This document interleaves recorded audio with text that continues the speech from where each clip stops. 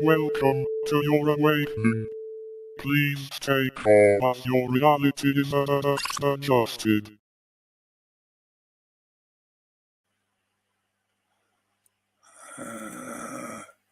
Ashnaz Debartaluk, Ashnaz Gimbatul, Ashnaz Thwakataluk, Ag Bosom Ishi Krimbatul. We'll see if the AI takes notice of that, but I doubt it. Welcome back, folks. Yeah, hopefully you're all trembling and the clouds are gathering because I was speaking black speech. Is this from the Faces of Death? No, not quite. Almost in a way, you could say, but yeah, we haven't quite got that far yet, but it's getting there. Welcome back again, folks. Another edition of Sol Excalibre. Welcome back to the digital global gulag. Or the global digital gulag. A grammar works the same either way. You know what I'm saying? I think you've all been very much versed in a lot of this stuff now as it's been playing out over the last few years. Several years ago when I was talking about this stuff, most of it was still in the pipeline, and I think a lot of people just didn't believe it. You know, they thought it was just crazy conspiracy talk like the Mr. Icky used to talk about, that kind of thing, you know, but now things are being actually implemented in reality. Switches are being turned on, systems are being activated and coming online, and now I think a lot of people are actually starting to realise the scope of this technological one single ring system. And I say ring on purpose because there's a synchronistic, or maybe you could say synchromistic connection in that respect. But I'll mention these things as we're going along. But first of all, let's say hello. I won't apologise for speaking the black speech at the beginning. I think it's important. I'll explain it as we go.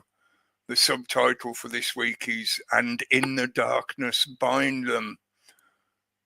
For those who don't know their Tolkien or are not versed in the Tolkien lore, that is the last line from the phrase that is inscribed inside the circumference of the One Ring. Yeah, the Ring of Power, the one that Sauron created to control the whole world of Middle-earth, obviously. But this is that allegorical reference. I'm creating the allegory, not Tolkien. I know he insisted that he didn't like to work in allegories. And just in case, before people automatically start switching off, the whole show is not going to be about Tolkien, don't worry. It's just that there's been things happening recently that I felt fitted a theme that included some reference to some of the Tolkien stuff. And it helps in that allegorical way of explaining a lot of this stuff. Because even though, as I've talked about many times over the years, I know regular listeners have heard me say this before, even though Tolkien insisted that he didn't like allegory and his work was not meant to be an allegory in that sense, the ring is not an allegory for something else. He wanted people to understand that it was meant to be literal in the sense of he was describing a magical item that had an effect in the world he'd written about. Yeah? So it wasn't meant to be an allegory in that respect. And I get what he's saying, but I'm using it as an allegory to reference a lot of the things that have been happening now in our real world over the last few years. Well, I think his allegory now would be an app. Instead of a ring? One app to rule them all. One app to rule them all. Yeah. That's why I thought it was appropriate to have an image of a smartphone with the Eye of Sauron in it. Yeah, because that is pretty much what they've created. That is how this principle will be applied, because that's what they're trying to do with it, you know. But yeah, let's say hello to everyone first. Hello, everyone. Yeah, hello everyone. There you go, we're done. We could go home now. Yeah. But no, I've mentioned the subtitle for this week. It is just the English translation of that piece of black speech, books. That's the one thing you certainly can't deny about Tolkien. He was a professor of linguistics, and he wasn't just making up random words, by slamming syllables together to make it sound interesting. He literally created multiple other languages. I've got the book somewhere, and I promise I will, when I get my bookshelf set up and sorted, I'll show you the book to prove it. But you can buy a book on the languages of Middle-earth, and you can learn Elvish from that book, or you can go and study courses, no doubt, and they'll teach you how to speak Elvish. I have met a couple of people over the years who could actually speak Elvish quite well. So he did literally create other languages. He wasn't just making up words randomly. That passage that I just quoted, is a literal translation of some of his work. So speaking it in English, which he in his works represented as being the common tongue that was spoken amongst the peoples, like the hobbits and the humans, as it were. The common tongue was that kind of English language representation. So translating it in that, the last line is the phrase, "and in the darkness bind them." It's try and remember. It's one ring to bring them all, one ring to find them, one ring to rule them all. Let me check. Yeah, I think one ring to. Oh no! So I'm getting slightly back to one ring to rule them all, one ring to find them, one ring to bring them all, and in the darkness bind them. And that's the main phrase that I wanted to use as allegorical reference to a lot of what's been happening recently. The concept of in the darkness bind them. And in Tolkien's work, he's talking about how the rings of power, the magical rings that he had created that were bound to the power of the one ring, like in a chain, almost like a blockchain system. It was, in a way, kind of like blockchain of divine power or spiritual power. But the concept was that whoever received that ring, once they put it on, they would be bound as a servant to Sauron, to the Dark Lord himself, because the ring was connected to his ring. So basically it was like them downloading a blockchain app onto their phone, and once their smart device, might not necessarily be a phone, it could be a tablet or a modern laptop, but once they'd activated that app, they're then bound into that blockchain system, which means whatever they're doing is viewable by whoever controls that one ring. Whoever sits on top of that end of that chain, or the top of the pyramid, if you think of it as like a pyramid system, they can view everything that person has done or is doing, because they can just look at the blockchain ledger. So I thought it's very appropriate to use the two as a kind of allegorical reference. And I'm sure other people have pointed this out over there. I think I've probably used it in a similar fashion before. Yeah, I shared it in the chat. Oh yeah, cool. Thank you. There you go. I can rattle on for hours about the Tolkien stuff, and we may mention a bit of it as we go, but it's more using it as a reference for stuff happening in the real world. I don't know if they dig the Tolkien story up in 1,000 years, 2,000 years, right? After we are long dead and gone, and next civilization have risen, whatever the fuck. It might be, like a Bible or some. Potentially, because it is almost not exactly, but it is basically a repetition of. They could actually believe it, like, oh. If they a historical book? It's like Plato, right? And Atlantis. Yeah. If they dug it up alongside his other works, like the Silmarillion and the Unfinished Tales, then absolutely. It's very coherent, very. The Unfinished Tales is like the Nag Hammadi text, the Dead Sea Scrolls, as they're often called. The Silmarillion is like the Old Testament Bible, and the story of the Lord of the Rings is like the New Testament. Because Frodo is meant, and again, I know Tolkien didn't work in allegories, but I think he couldn't help himself but create that simile because he was writing about Very Catholic, religious as well, right? yeah, it was Catholic theology just reimagined using Yeah. fantasy races and whatever, but it was literally Christian theology. Well, he had to get away with it, right? In his Yes. religion kind of sense. He didn't want to be He heretic. was trying to, well, no, it was more that he was trying to express Christian values and ideas to a population that had become secular and were drifting away from those concepts and had lost interest in them because they didn't seem relevant because they were from 2,000 years ago. Yeah. So instead, he rewrote them and disguised them as fantasy fiction, as talking about elves and hobbits and orcs and all that kind of stuff. So he made it fantastical. That attracted people's attention because it was a fantasy story about fantastical ideas. But the entire story is almost a literal retelling of the story of Christ. Frodo is Christ, yeah, or Jesus, or whatever you want to name it, but he's the Christ. He represents the Christ.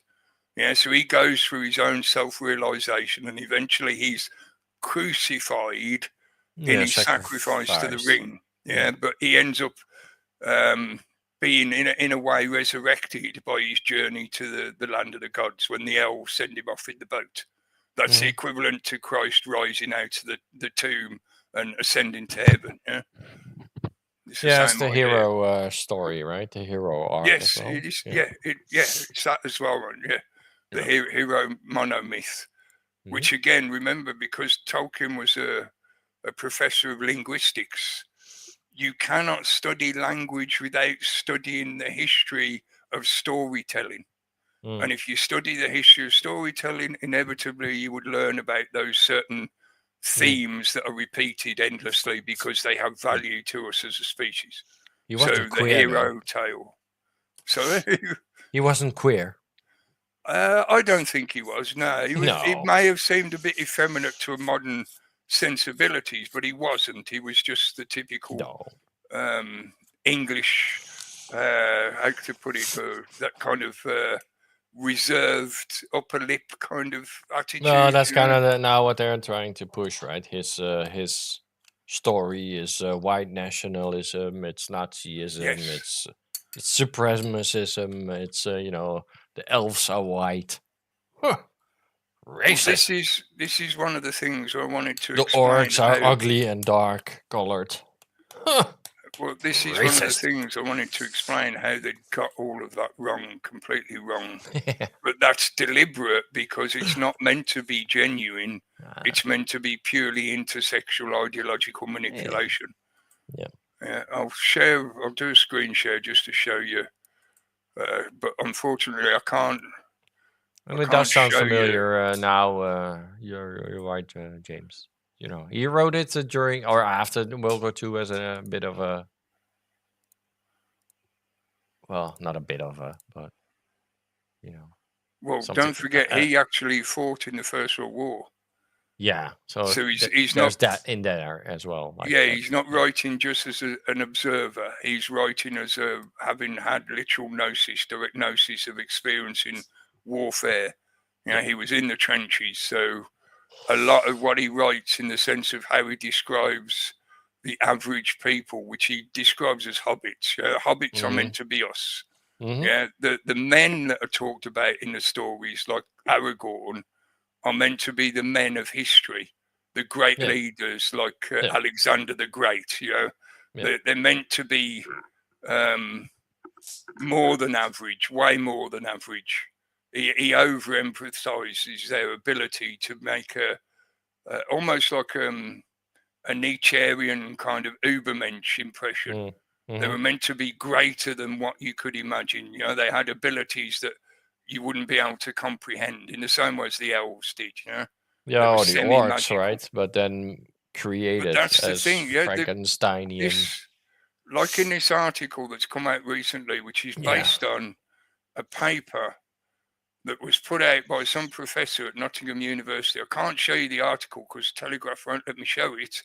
And for some reason, the Wayback Machine, which is where I went first to get the article, stopped recording the Telegraph on the 13th of October.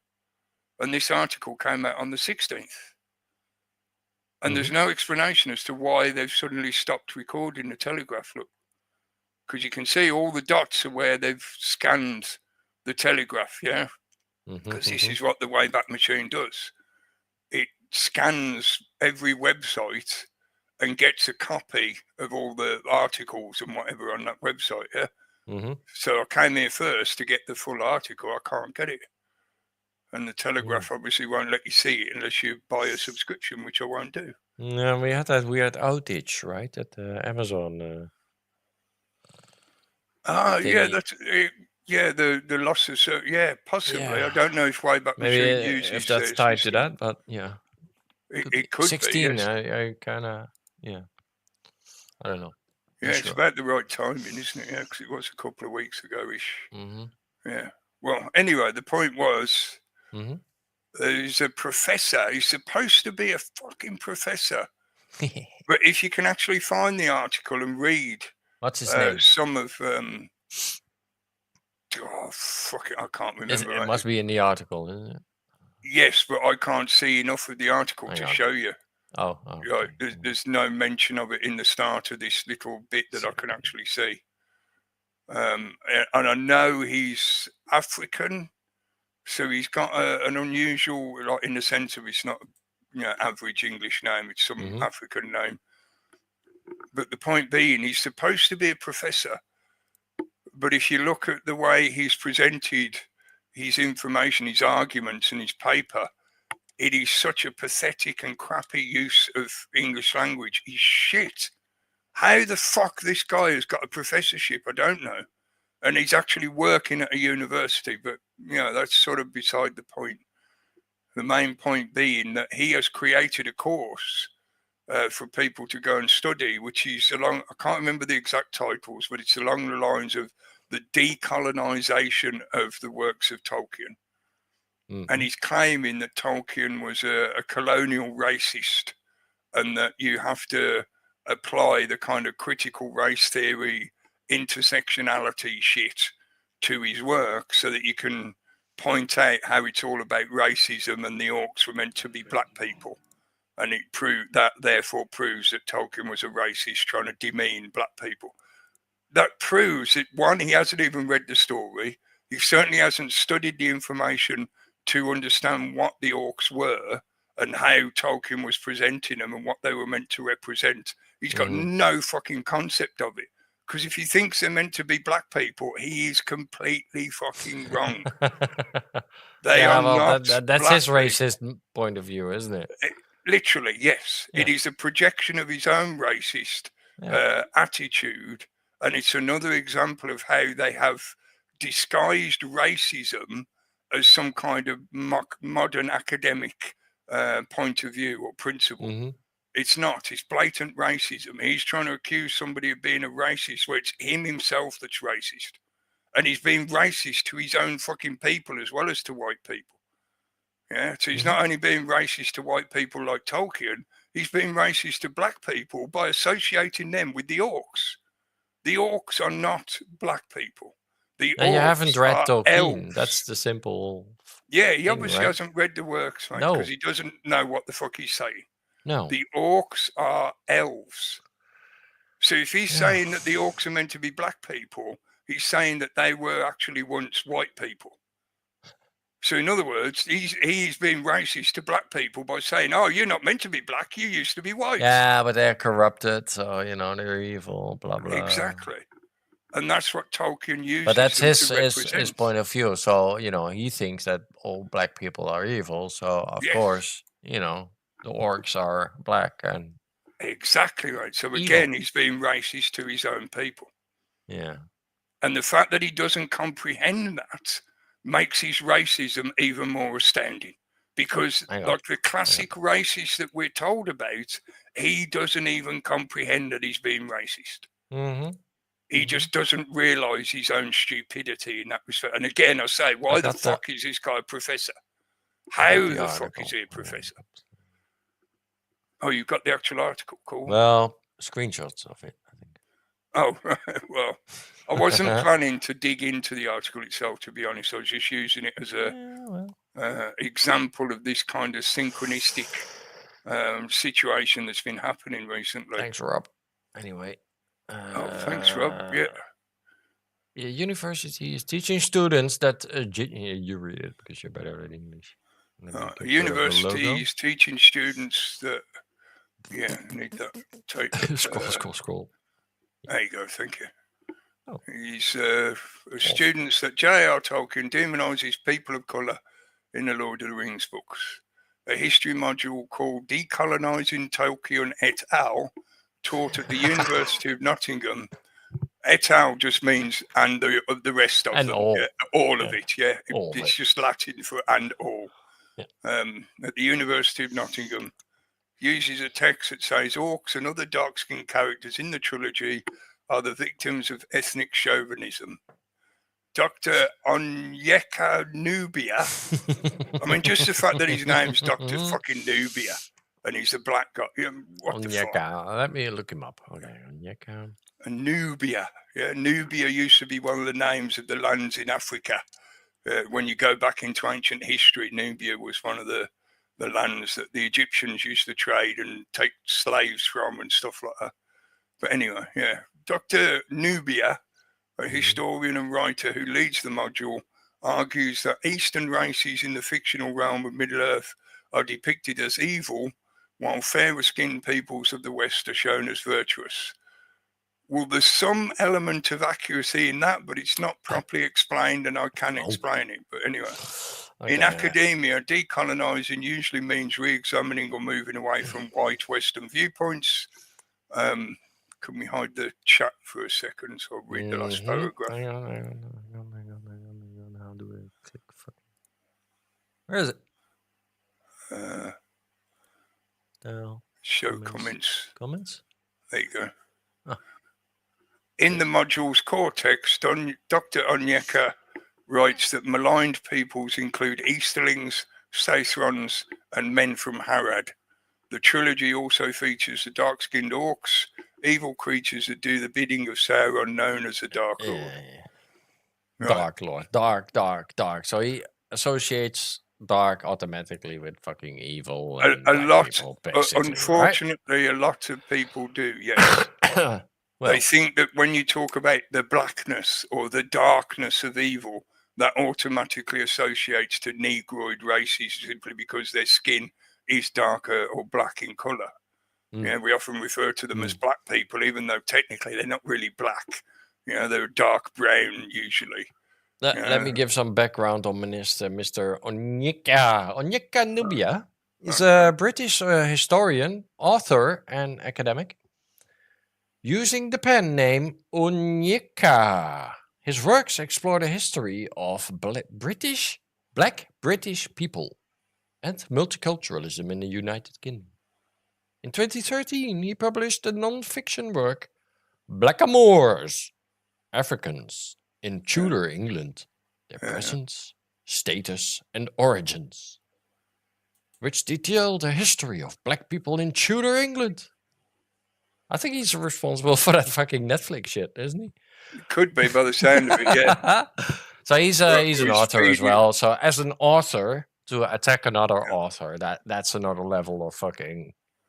Well, it's critique, which is, it's just sort of like, you don't need any knowledge or ability to write do a book. that, My book is better. I'm black. Yeah, basically, it is kind of jealousy, but I think it's obvious that this is coming from a very deliberate attempt to rewrite history and to realign the perceptions of mainly young people going through the academic system. Yes, exactly. He is a racist. He is the racist. Yes. And he's the classic. He has to look at himself.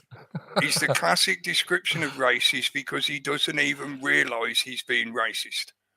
If a white man would say the same thing as he does, he would cancel himself basically because that would be so fucking racist. That would be like, okay, no. So yes, he's a racist, but he doesn't know it because he's not. To run through it quickly, because like I said, I could talk about Tolkien literally all night, but I won't try. I'll try not to get Jordan doing just that.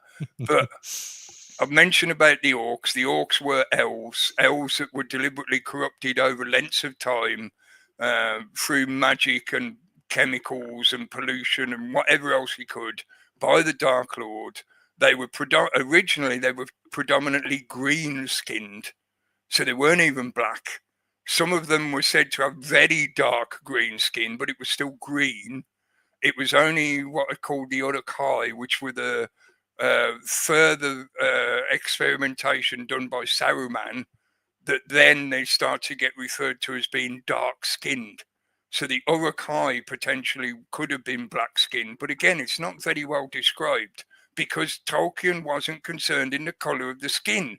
It was what those creatures represented that was the reason for them being presented the way they were. They were a corruption. They weren't their original selves. So you could describe it as being the equivalent to somebody who is radicalized.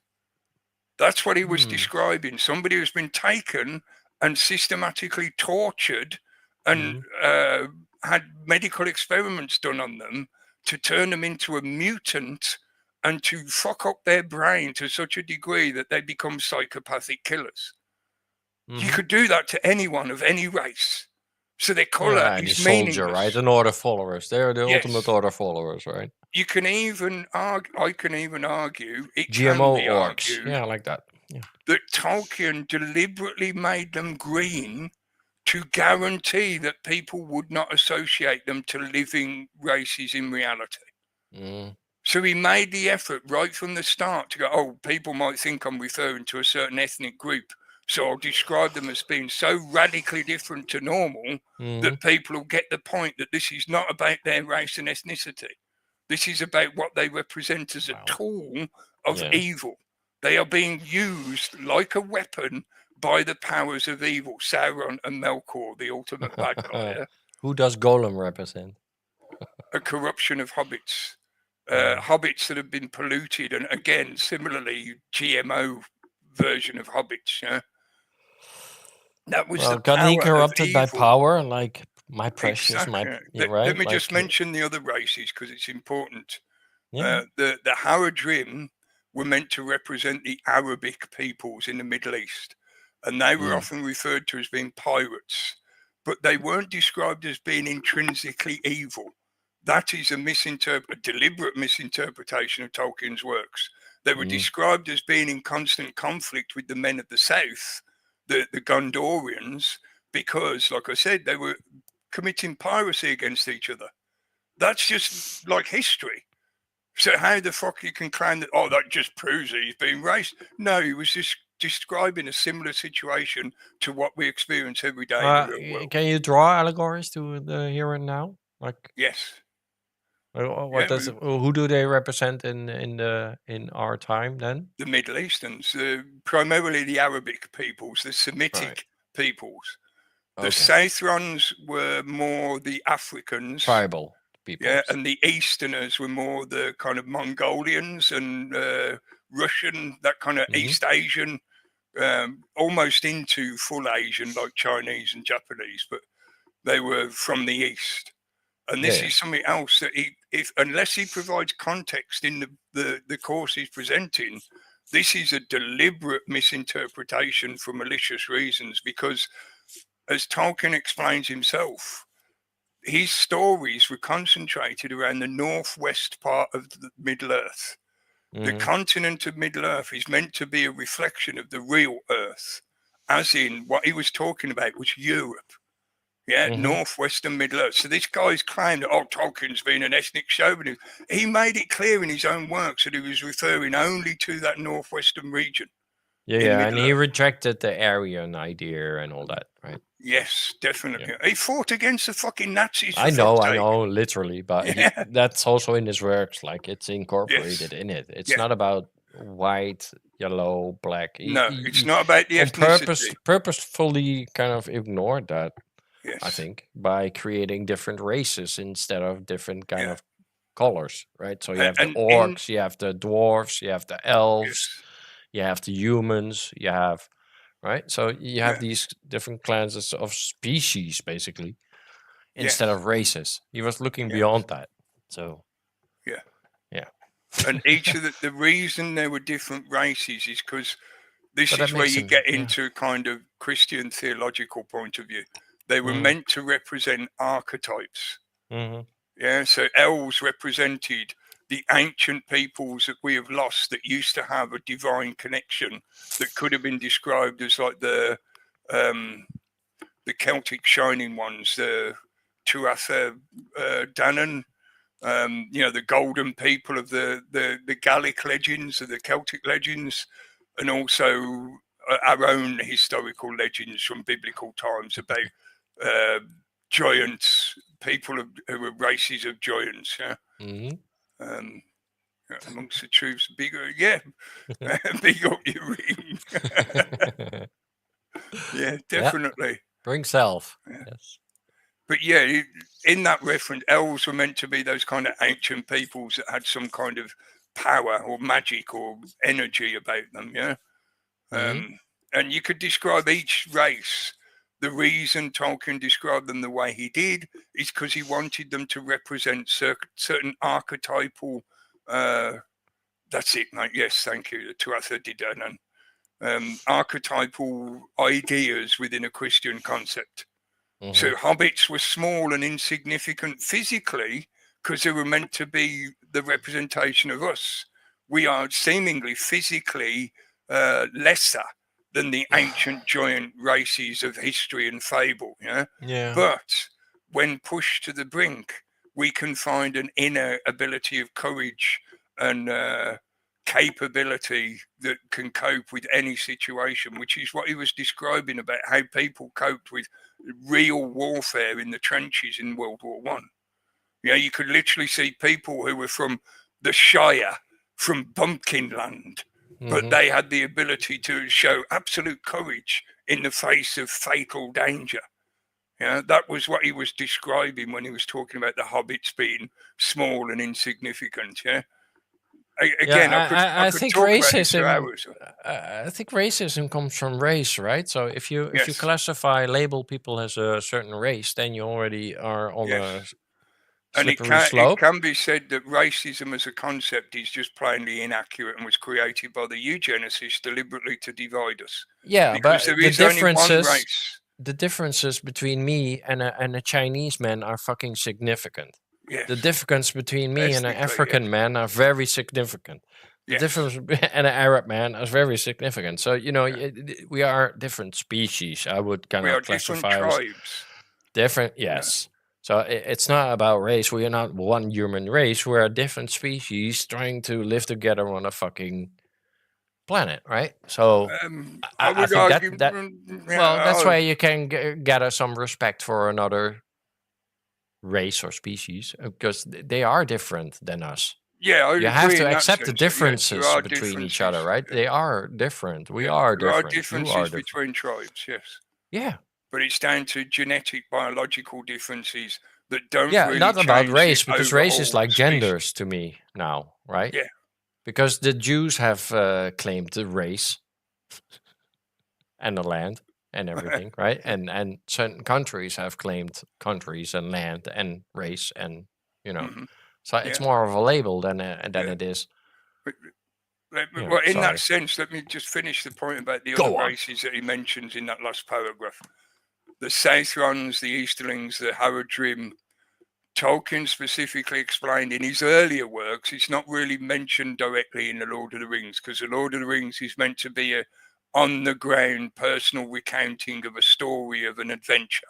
Yeah, you've got to remember there's a difference between that kind of personal experience description and a narrative description of the world and the way it worked, which is what you find in the Silmarillion and his other works. Yeah, and in those other works, he explains how most of the gods' interests were only in the northwestern part of Middle-earth, where the elves remained.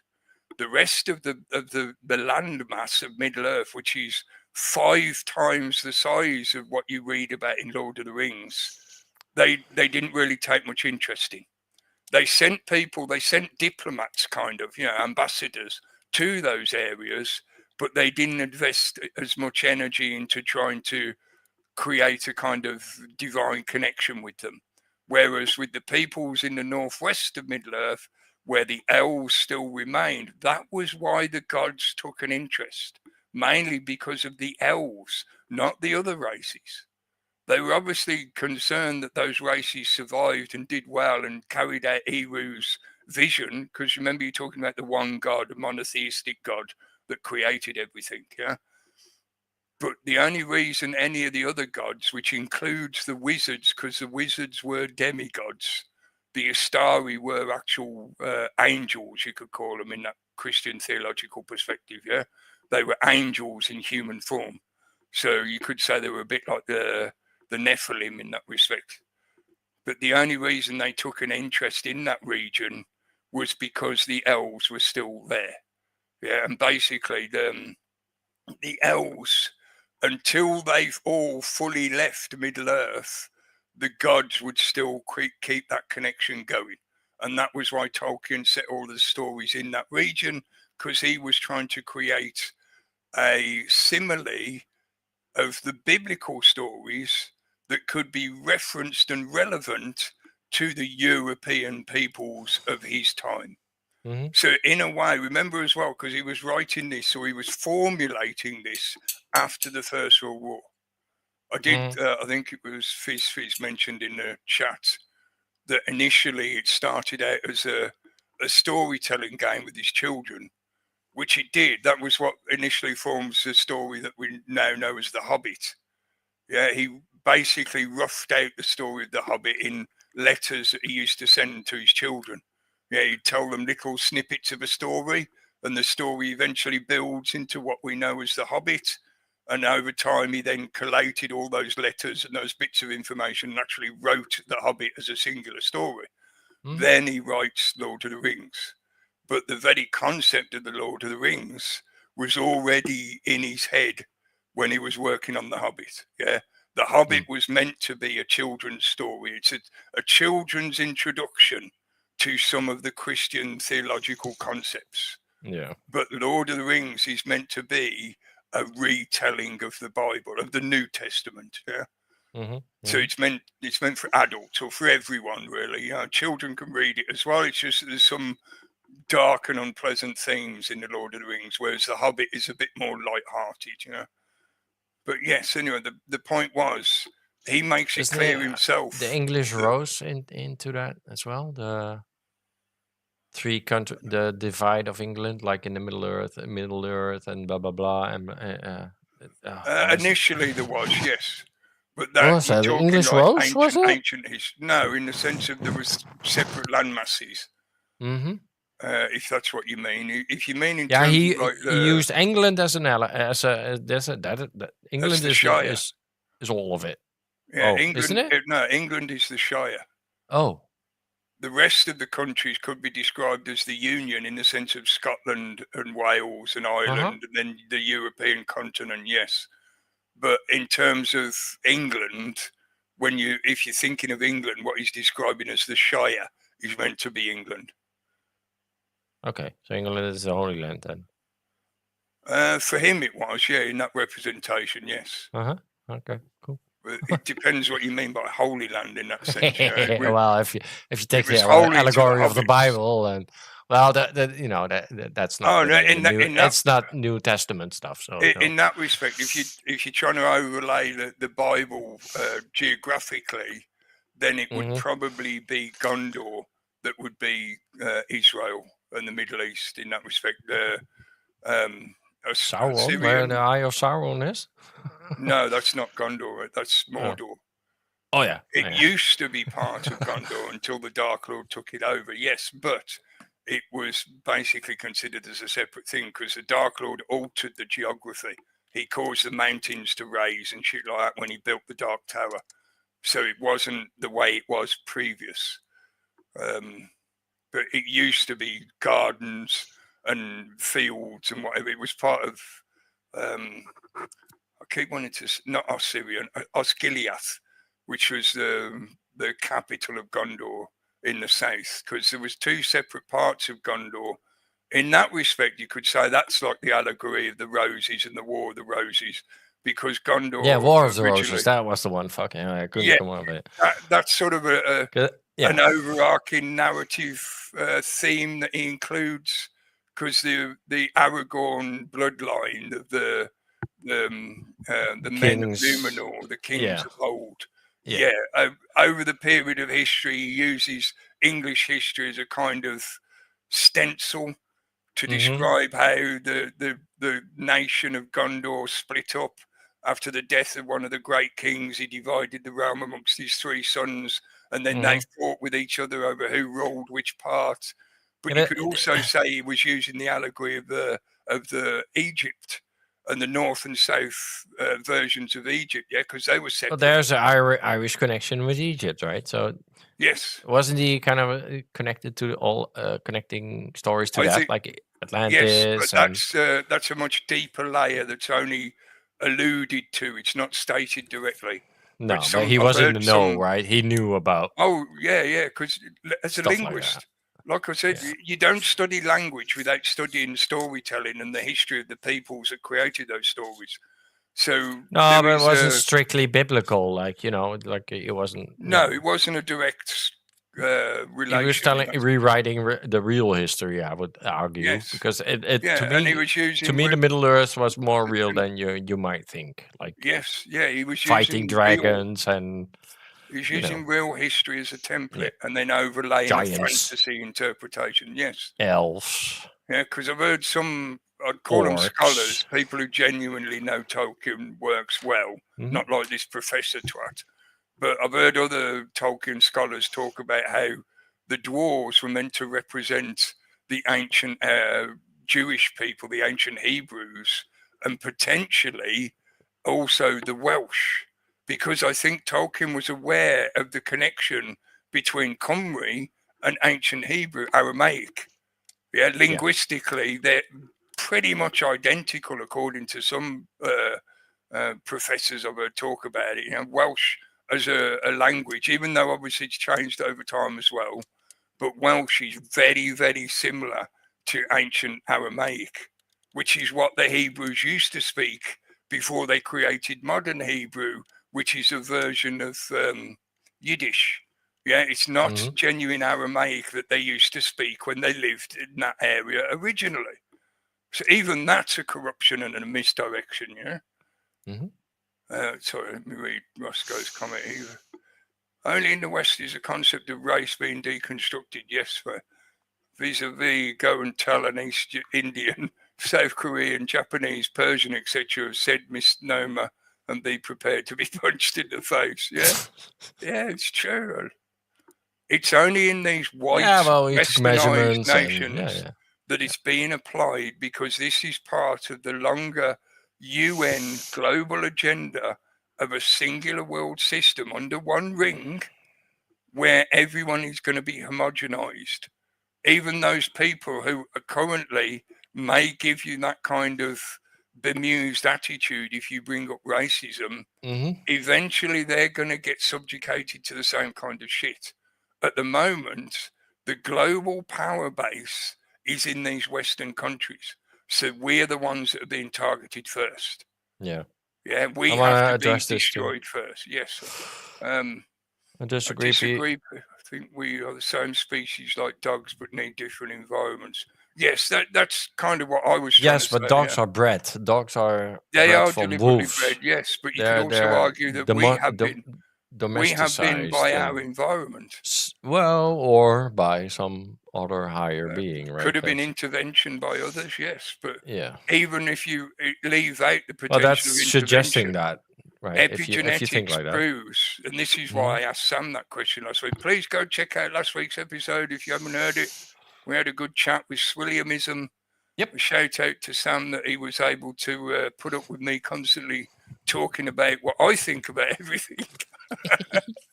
I'm sorry, I'm shit at doing interviews because I always want to put my point of view in. But it's good. It's our show. Yeah, it was a good discussion. Yeah. But epigenetics proves that if you alter the environment, you alter the development of any biological being living in that environment. Yeah, that can be in a week or very fast. Yeah, that can go very possibly. quickly. Yeah, it depends on mutation rates, doesn't it? It's like you going on a holiday, right? It takes a week to fucking adapt to the climate or whatever, right? You end up with sunburn and come back with a tan. Yeah. But it's But- even down to simple things like that. For example, what is the one country in the world that has the highest rate of skin cancer? hmm I know I've mentioned this statistic before because it helps explain how none of them are native to that region, or very few of them. There's only a few genuine Semitic Jewish people that live in Israel. The Yeah, but the majority of argument. them have come from other parts of the world where they've grown and they've developed without having the levels of melanin in their skin Yeah, that's to exactly. cope That's with the what. intensity of UV But light at the that's equatorial region in Israel. yeah, So they great suffer story, from more Cookie. skin cancer. Great Sorry, go on. story. But that's like the bio explanation you get in school. Like, yeah, no, it's Epigenetics. the Yeah. melanin in your skin. Right. How does that Hmm. fucking work for Chinese then? What do you How mean? do their skin complexion is quite yellowish, right? It's Yeah. very different than ours. Yeah. How why? I see what you They live say, on but they live on our I don't same know. same equator kind of a level of everybody. Why do they have slit eyes? Why? What? Well, that supposedly To is look to in the help. sun better? Yeah, that's what it's suggested. Yeah. I don't know what their Menelin count is, right? But I No, get but your point. yeah, It's but that's so basic, so 19th century science kind of explanation of how fucking humanity and all that. possibly, I but think not if you look at the necessarily. DNA, right, there are quite big differences. Yes, there are. I don't think they're willing to kind of But tell us all that that's part of story. it as Like, well. Yeah. wait a It's like minute, their code is different than ours. yeah, it's like all the different blood groups. Yeah, but that's different than the sun shining on you I and think you that having different melanin, right? I mean this is a potentially long Or thread being to able to get run into, faster because you live in Africa. but this is part of that potential truth to the concept of the 12 tribes or 13 tribes. Yeah. But you have to try and deal with that information separate, or sans, as they would say, Latin sans, from the religious and ethnic claims over it, because I Yeah. don't. When you read in ancient history about there being 12 tribes, I don't think they were just talking about the Hebrews or the Israelites, as it's described in the Bible. I think they Yeah, were there's the talking about Table humanity Mount. as a whole. Yeah, Trilogy humanity as well. had multiple different gene pools that represent, like you describing, the differences between us ethnically. And over time, we've all spread out all over the place, which means now it seems like, well, why have they got darker skin in Africa? Oh, it's because of the melanin in their blood. Yeah. Possibly it's more to do with the genetics. Yes, I agree. That's a possibility. But the point I don't know. is, there is a It's more difference. genetics than it is the sun, right? Or environment, or Well, it's a an true, African it's a doesn't true turn white fact when that he moves to no, Europe, but even it is. even over 10 generations. He's gonna stay black. My example still holds true, and it's statistically factual that the one country in the world with the highest rate of skin cancer is Israel, and that gives a proof that the majority of people living there are not native to that region. Because if they were, No, it's their nomads normally, right? genetics, Yeah. their genetics would cope with it. But Yeah. obviously, they've come from somewhere else in the world, which means they don't, whether it's melanin or something else. The point is, their body is not able to cope with living in that region.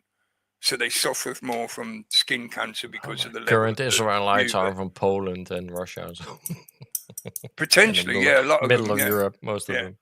And that again adds into some of the correlation of what Tolkien was using of ancient history as a template that he built the history of Middle Earth into. Yeah. Yeah. So there is a good argument to be made that the dwarves,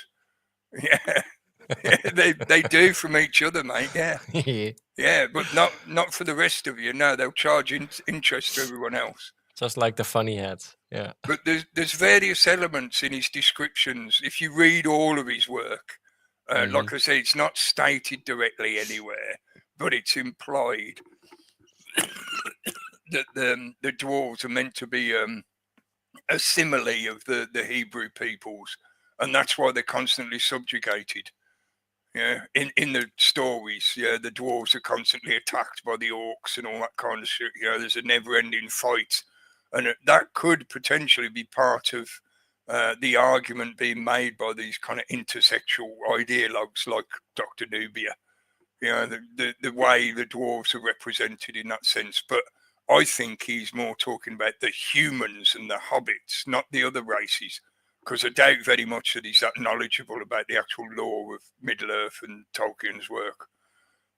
But again, not part of the reason I wanted to mention that stuff.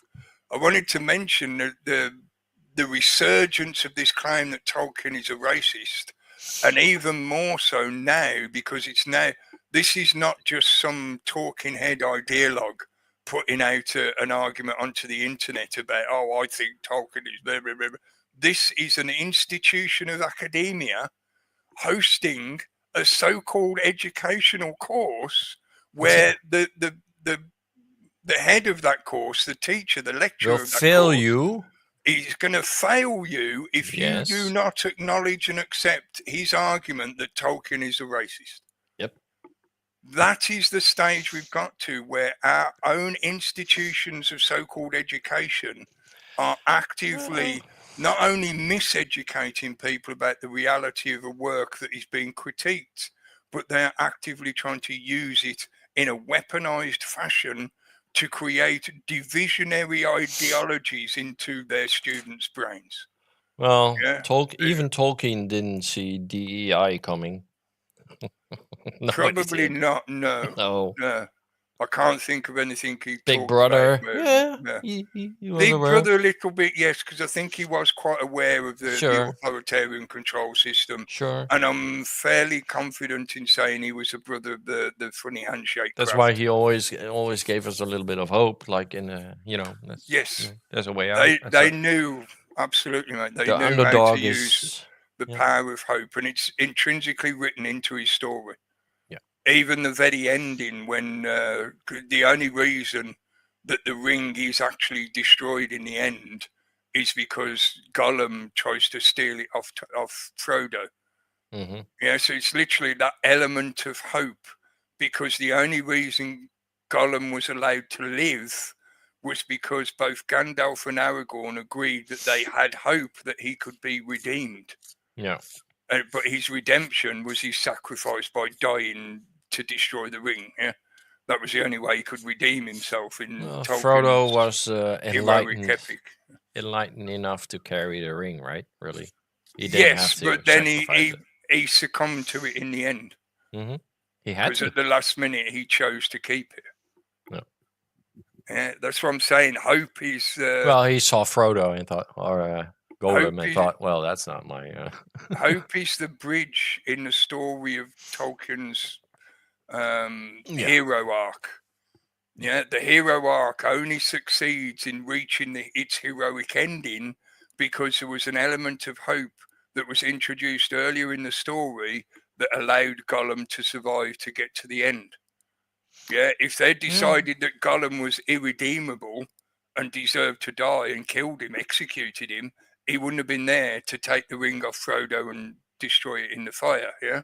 Mm-hmm. So hope is absolutely intrinsic to the working of Tolkien's story. And again, that's a Christian theological argumentation. You have to hope. You have to have faith. Hope is faith. Yeah. You have to have faith that the one true God, their Christian God, and his son, his emanation into this physical world in the form of Jesus Christ, is going to redeem you and save you. You are Gollum in that Christian perspective. Yeah. When you die, when you run out of your mortal time in this realm, your redemption is to reject the power of this realm. Yeah, that's what the ring represents. The ring it's not meant to be a powerful object like a nuclear bomb, as some people have argued over the years. Yeah, it's not meant to represent that. It's, again, Tolkien argued implicitly that it wasn't meant to be an allegory.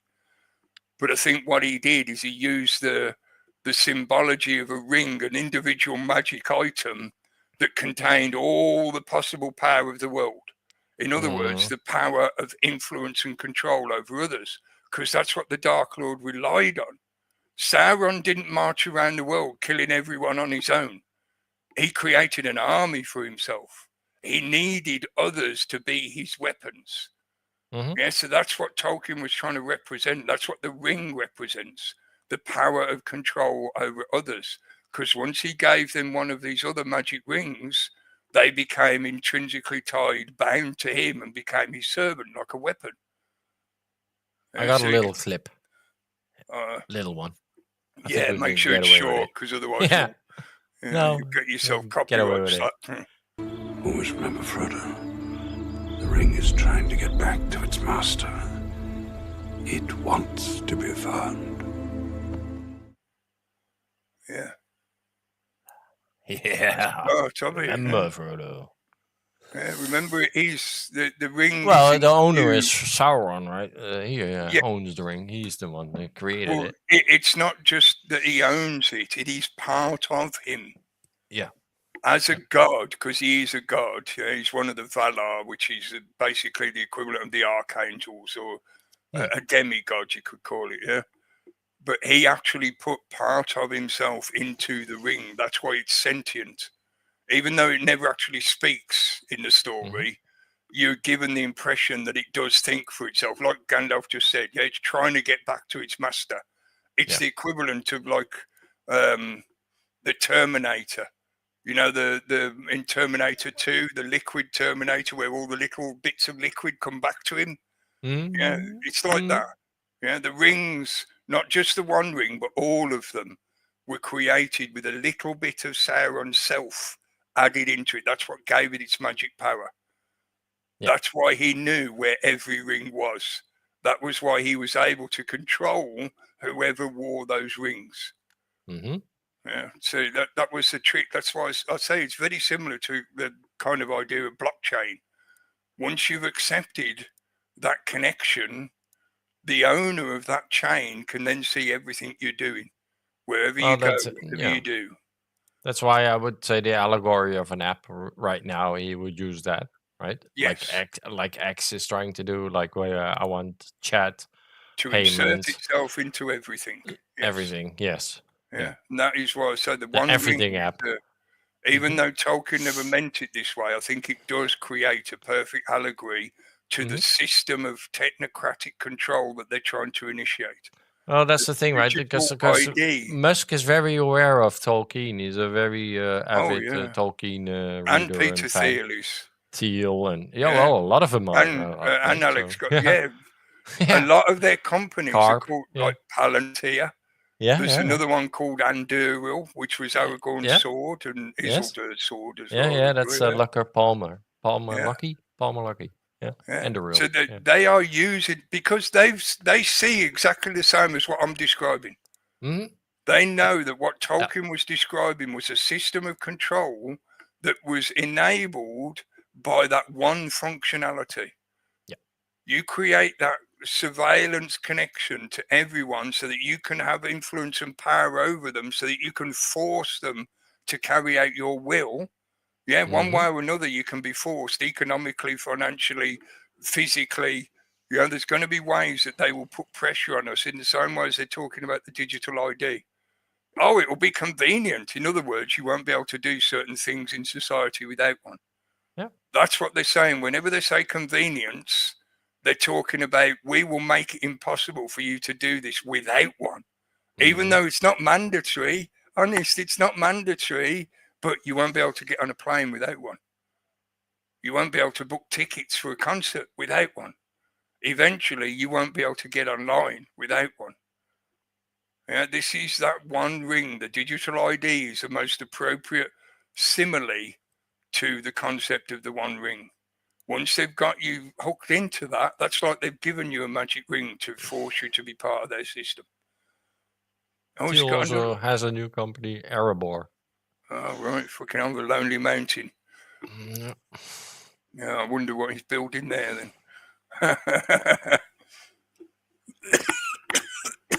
Well, Vance is Teal's boy. Well, we've only got part way through. I did share the Rumble thingy. Yeah, I was going to say we've not even got part way through all the stuff Your I wanted rant. to mention. Yeah, because we ended up talking about Tolkien. I knew that had happened, but I was trying to avoid it. But Yeah, we got another hour.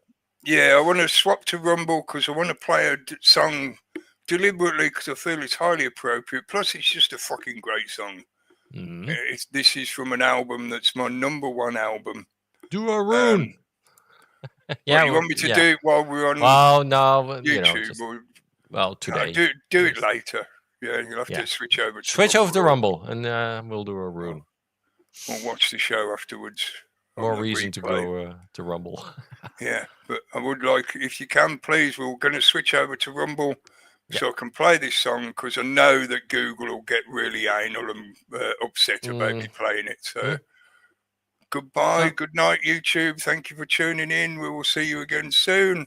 Get yourselves over to Rumble if you want to carry on watching. And we'll catch you there in 10 seconds. Remove the first. Save changes. And remove the other one. Yeah. Remove.